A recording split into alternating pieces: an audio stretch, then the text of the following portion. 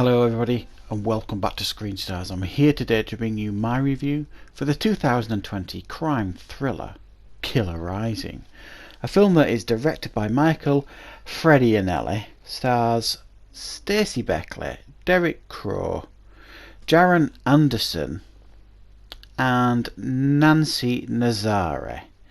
Now this film focuses on a female FBI profiler played by Stacey Beckley, who has got an uncanny knack of being able to tune into, the kind of cop we're talking about here, kind of agent. They could tune into, the thought patterns of killers, and she's an expert at profiling, catching killers.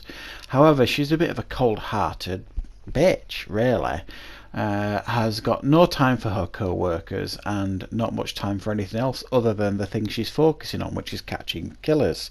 And she happens to be on the trail of a particularly vicious serial killer that is killing women, and I think he's killed 7 so far, something like that. So she's essentially on the trail of this serial killer. About halfway through, something happens to her. She has like a near-death experience, and she then becomes some kind of vigilante for the rest of the film.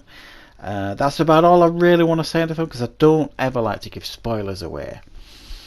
What are my thoughts on Killer Rising? Well, I like a good serial killer film. I don't care what the budget is really of any film. I watch a lot of low budget films on this channel, and this film is indeed low budget. It's one of those independent films that you can find on Amazon Prime, so very low budget film. But it's the kind of low budget film that you can kind of get away with here. There's no real massive special effects. A film like this it's more about the human relationships and the drama and the thrilling aspect of it. But unfortunately, it kind of fails to deliver on those parts, this film, which is a real shame. It's one of those films that kind of is interesting at times, but it's way too long.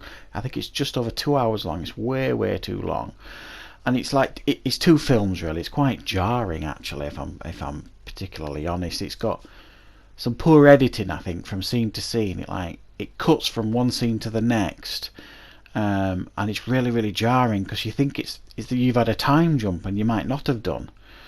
It's one of those things as well where they've had no real training from any real FBI agents. I seriously doubt it, because of their procedures and things. For example, there's a scene where she goes into like this, what would you call it, like a terrorist hideout, I suppose, on her own, no backup. It just wouldn't. I mean, there'd be SWAT and everything there. Do you know what I mean? So. And there's other scenes as well where there's a woman who gets away from them in a hospital who can barely walk, but she gave them the slip.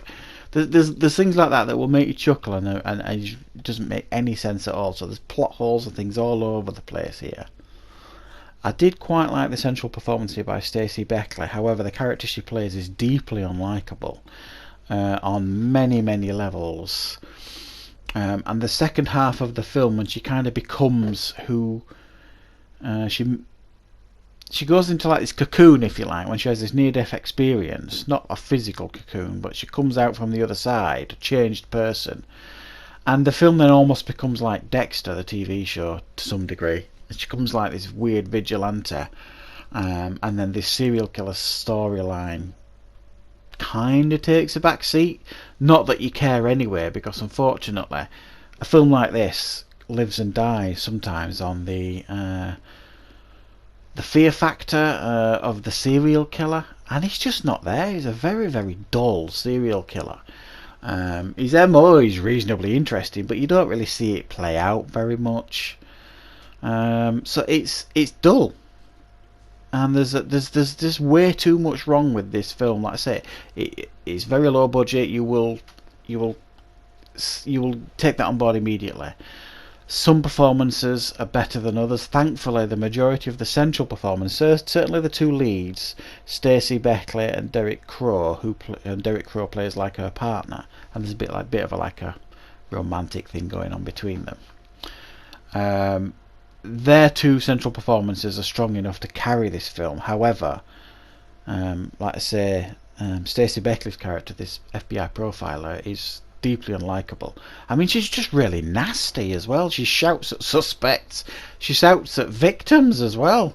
Threatens to kill victims. I mean, she's a real nasty piece of work, and you will always struggle with a film like that to care about this character. I mean, the real strength of a show like Dexter is the fact that they make him so likable, and you end up rooting for him. Same with Walter White in Breaking Bad, who ultimately plays a villain. You root for him for the most part. So Dexter, and I mean, you've got the blueprints that are out there, but they don't do that here. You start off with a really deeply unlikable character, and then when she changes about halfway through to become like this vigilante, if you like, you're just kind of like, well, yeah, that suits your personality, I guess. That's who you should have been all along. So I don't know, really. It's not a great film, this one, if I'm being particularly honest with you. It's not interesting enough to hold your attention. The serial killer's not interesting enough to hold your attention. The central story and her changes and her character is okay, but it goes on way too long. She gets way too much screen time, and because she's such an unlikable character, you don't really want her on screen all this time, but there's nobody else interesting enough in the film to carry the weight, if you like. So it's a bit of one of those films that's just not a particularly pleasant watch, even though there are some decent ideas going on in the background. And for a low budget independent film, I do think they have done their best with the budget that they've got, if I'm being perfectly honest. There's no real major issues with the sound dubbing and stuff like that, only a little bit here and there. I think they have done their best. It looks like a cheap TV cop show, I guess, is the best way I can describe it. So yeah, that's my review for Killer Rising. I hope you liked it. I'm just going to give it a 4.5 out of 10. I don't think it warrants a bigger score than that. So thanks for watching, everybody. Don't forget to like and subscribe if you're new, and I will see you back with more content on Screen Stars very soon.